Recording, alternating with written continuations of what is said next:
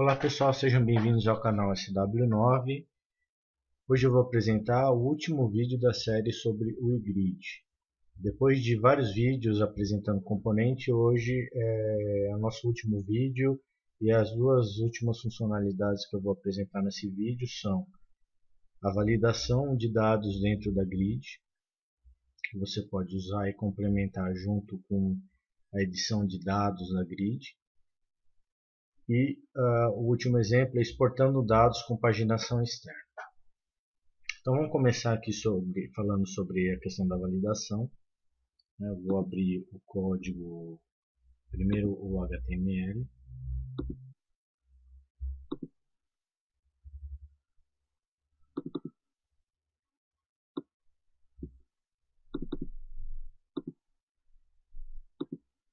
Bom, a questão do HTML, o que a gente vai ter de novidade, o que vai precisar incluir são as diretivas o iGrid Edit, que a gente já viu, acho que não sei se foi no último ou no penúltimo vídeo da série, o iGrid CellNav e o iGrid Validate.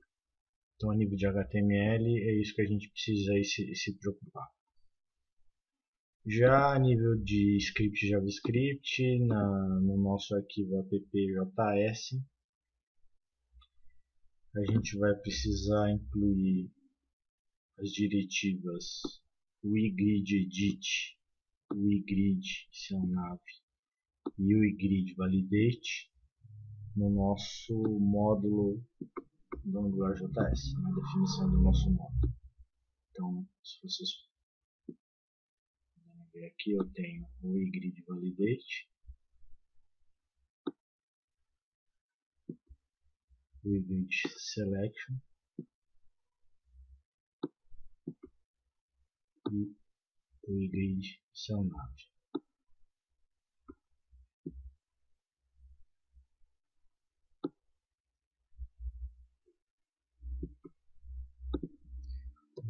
O outro ponto com relação à validação, deixa eu mostrar primeiro para vocês como é que vai ser o resultado final da validação. Tá?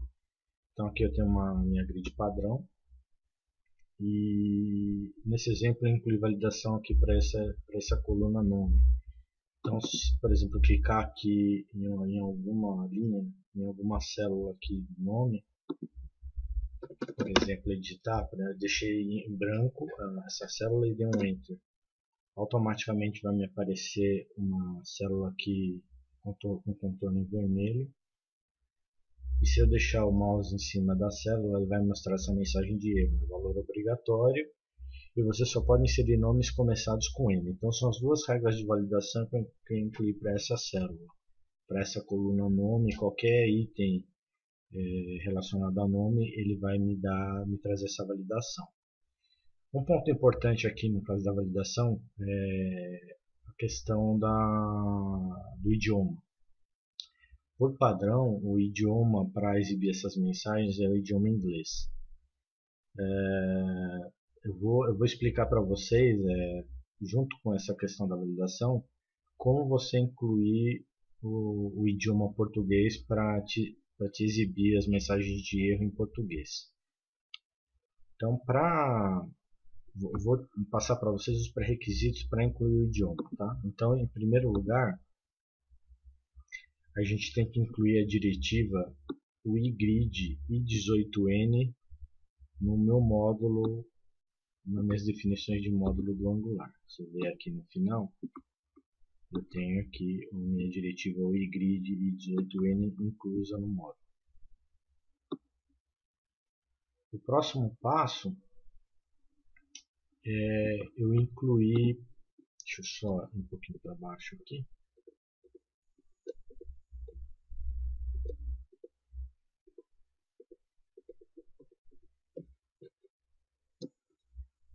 Eu incluir a constante i18n constantes e o serviço i18n serviço injetado dentro do meu controlador. Então, como vocês podem ver aqui na definição do meu controlador, eu tenho injetado o iGrid Validate Service, que são serviços de validação que o iGrid nos fornece, e o i18n Constants. E também o i18n Service.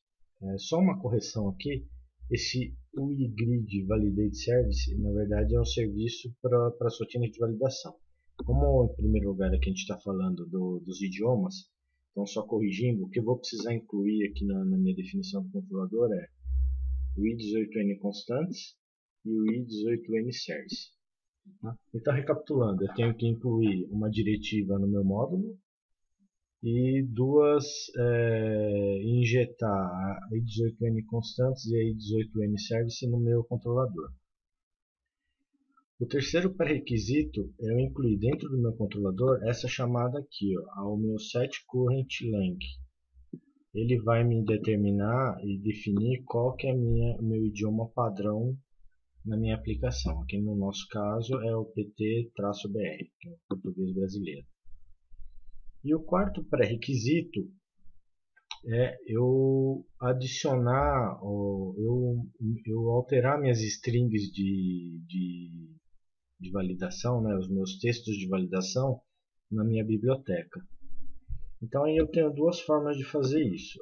Por padrão, eu baixei aqui a biblioteca iGrid JS na minha máquina e por padrão, quando eu seleciono o idioma PTBR, ele não possui as traduções das mensagens de erro de validação. Se, por exemplo, eu for pesquisar aqui por PTBR,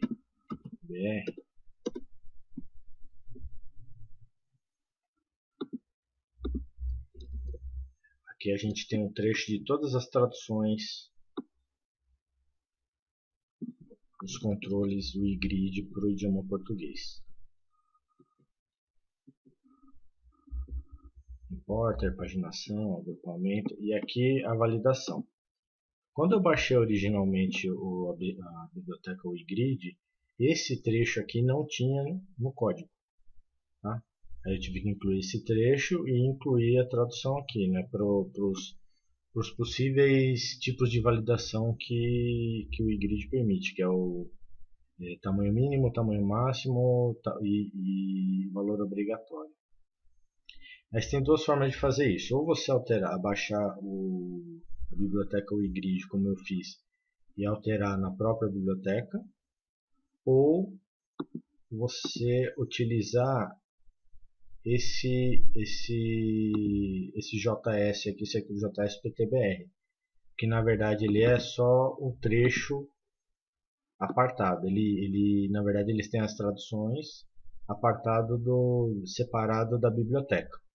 Então aí, se eu for optar por essa opção de usar o PTBR-JS, o que eu vou ter que fazer é incluir esse PTBR-JS dentro do meu index lá, do meu index HTML. E aí eu não preciso alterar a minha biblioteca iGrid. Por exemplo, se a biblioteca iGrid ela sofre alguma alteração, o ponto negativo é que você vai ter que baixar a nova versão do iGrid e alterar de novo, incluir de novo a tag validate com todas as traduções. Já se você estiver usando o arquivo PTBR, não, porque ele vai estar isolado de qualquer alteração que a biblioteca iGrid passe. Tá? Então, esse é o último pré-requisito. Né? Se eu seguir todos esses pré-requisitos, esses 4 pré-requisitos, automaticamente as minhas validações vão estar todas em português. Tá? Voltando agora para a parte de validação em si,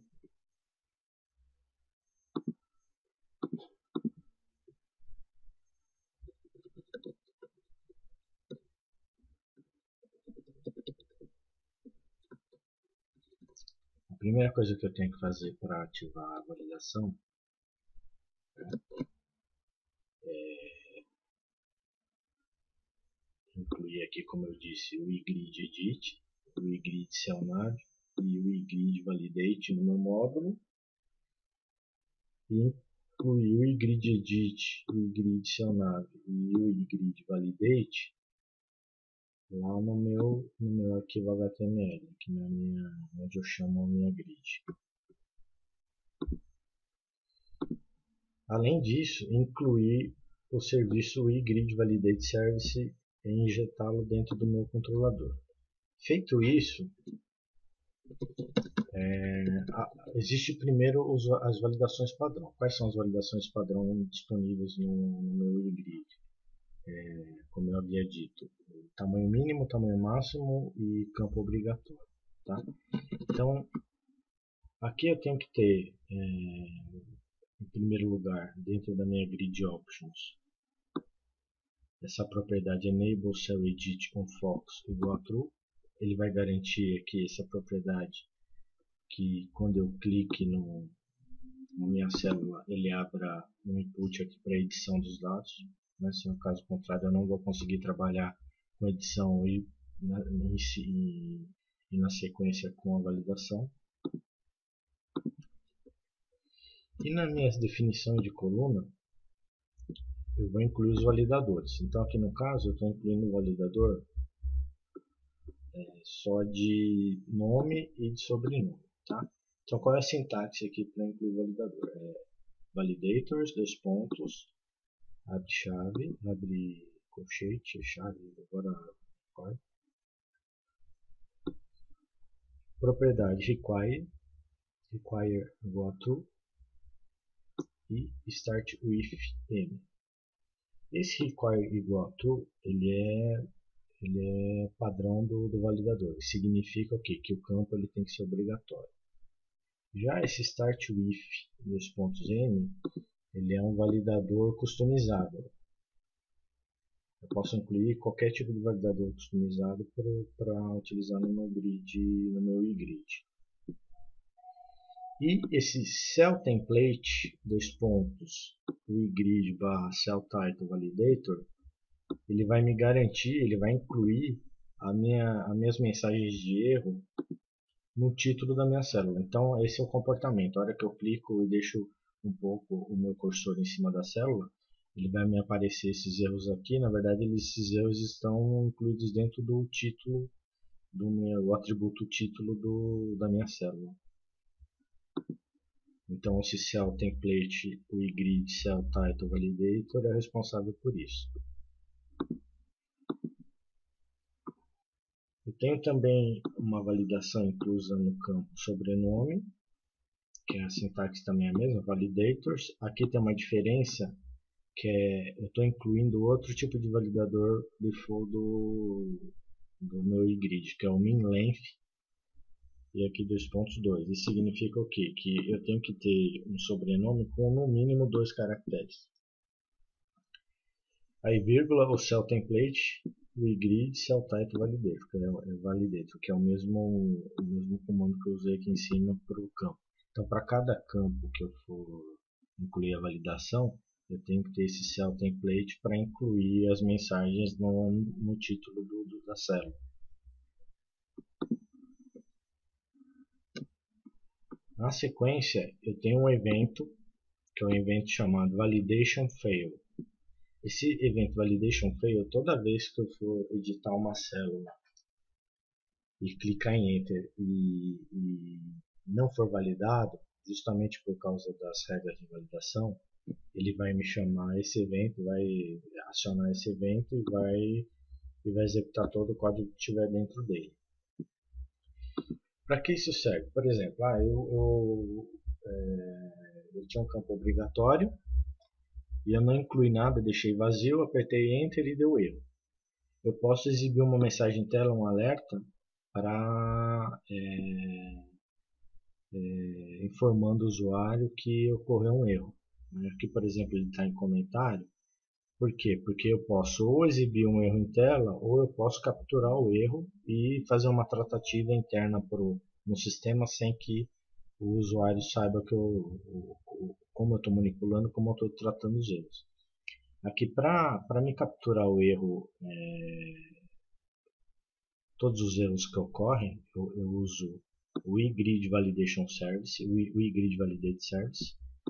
getErrorMessages. Eu vou passar como parâmetro o rowEntity, que é a linha que está sendo afetada, e as definições da coluna. Isso pode ser visto aqui como eu chamei essa função getErrorMessage dentro do console log. Eu vou mostrar para vocês como que eu consigo capturar os erros e exibir os erros. Por exemplo, aqui aconteceu um erro, né? Se eu ver aqui na ferramentas de desenvolvedor aqui do Google Chrome, ele disparou aqui um array. Se eu clicar aqui nesse array, ele vai me mostrar todos os erros que aconteceram. O erro 1 é porque o campo nome é um valor obrigatório, e o erro 2 é porque o nome ela não começa com M. Então são os dois erros que eu coloquei, as duas validações que eu incluí para esse campo.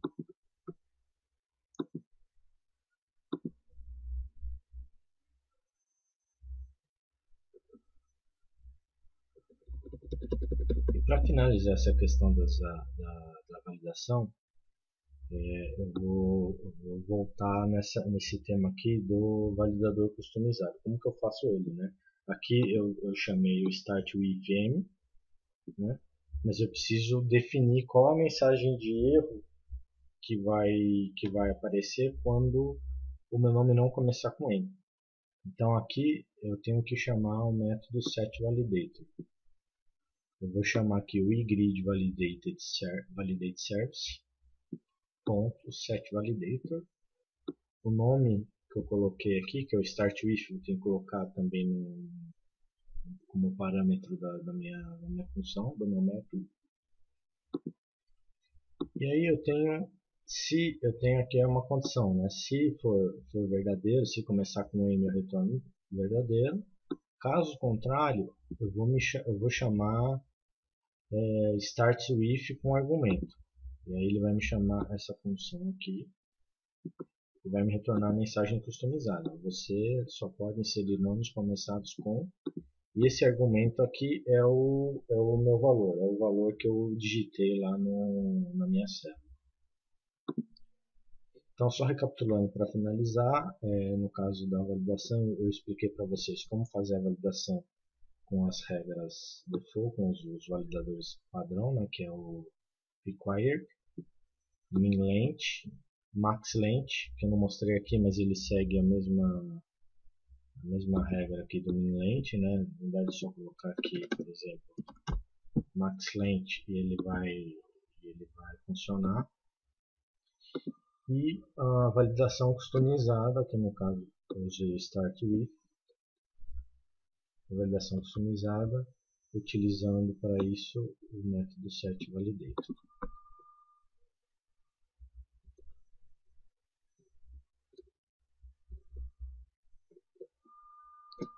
Agora, por último, o último exemplo aqui de funcionalidade do iGrid, eu vou explicar para vocês a funcionalidade de exportar dados com paginação. Então, vamos começar aqui pela aplicação esqueleto, né? Clicando aqui no link exportando dados com paginação externa. Quando eu trabalho com paginação, com exportação de dados, como eu havia mencionado nos vídeos atrás, eu tenho que exibir esse menuzinho aqui, na minha lateral direita do meu grid, onde eu tenho a opção de exportar todos os dados ou exportar os dados visíveis, seja a exportação de dados em CSV ou exportação de dados em PDF. Aqui no caso, quando eu trabalho com paginação externa, o conceito da paginação externa é para cada página que eu acessar na minha grid, ele ir no banco de dados, buscar informação e trazer informação para a tela, para a área cliente. No caso da exportação de todos os dados, o que eu vou ter que fazer? Eu vou ter que, ao invés de buscar cada página, eu vou ter que buscar todos os dados, vou ter que fazer uma requisição do meu lado de servidor, buscar todos os dados, trazê-los de uma única vez e exportar para CSV ou para PDF. E é isso que eu vou mostrar para vocês como é que faz. Eu venho aqui no código, a primeira coisa que eu vou abrir o meu HTML.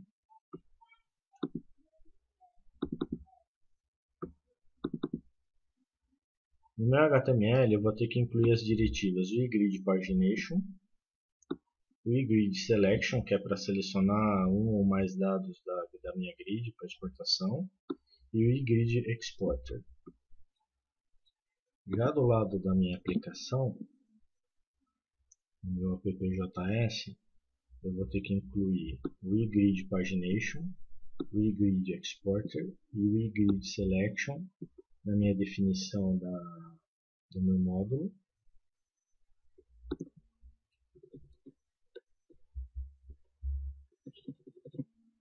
E dentro do meu controlador,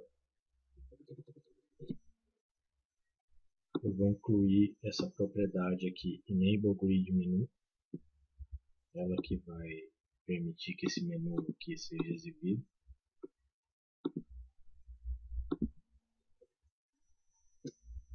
E eu vou utilizar uma propriedade disponível para exportação de dados chamada Exporter All Data FN. Dentro dessa propriedade Exporter All Data FN, eu vou incluir a minha função que vai buscar todos os dados do lado do servidor e vai gerar o arquivo CSV ou PDF.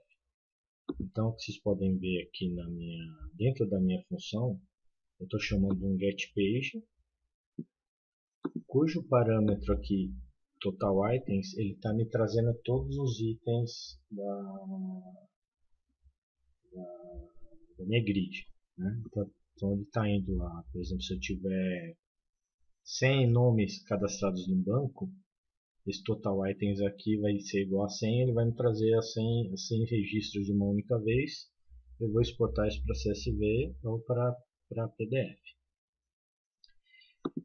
Baseado no exemplo que eu passei para vocês de paginação externa, que foi no vídeo anterior, eu fiz uma adaptação aqui para o correto funcionamento da exportação utilizando paginação externa, que é mudando a questão dos parâmetros da função getPage.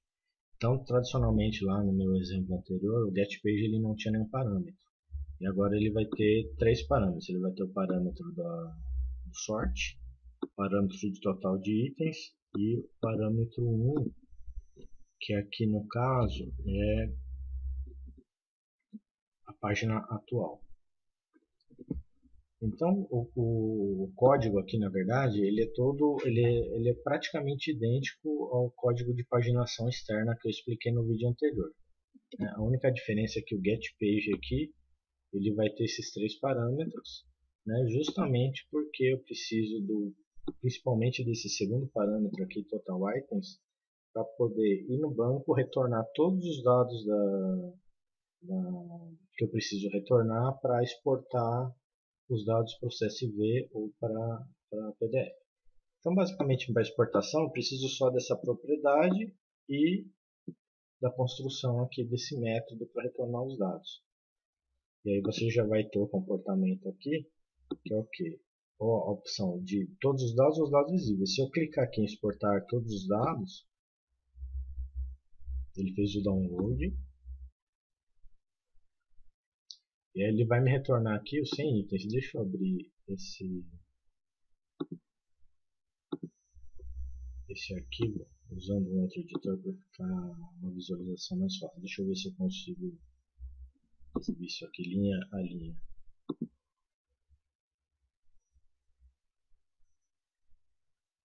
Pronto.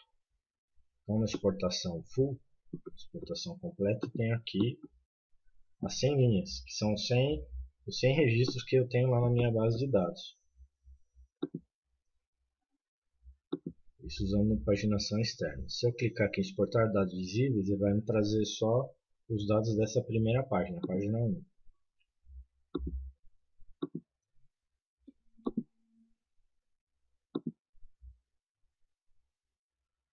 Pronto. Me trouxe aqui os 25 registros, aqui tem 26 porque eu tenho que ter na primeira linha a definição das colunas, né, o cabeçalho das colunas.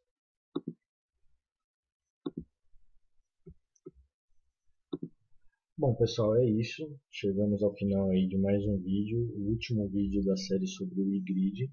Eu espero que vocês tenham gostado do vídeo. Se gostaram, por favor, pessoal, deem seu like, compartilhem com seus amigos e se inscrevam no canal. A opinião de vocês é muito importante e eu conto com a ajuda de vocês para que o canal ele tenha cada vez mais inscritos e consiga ajudar bastante gente aí que costuma desenvolver em JavaScript ou em outras linguagens web. Pessoal, é isso. Fiquem com Deus e até o próximo vídeo.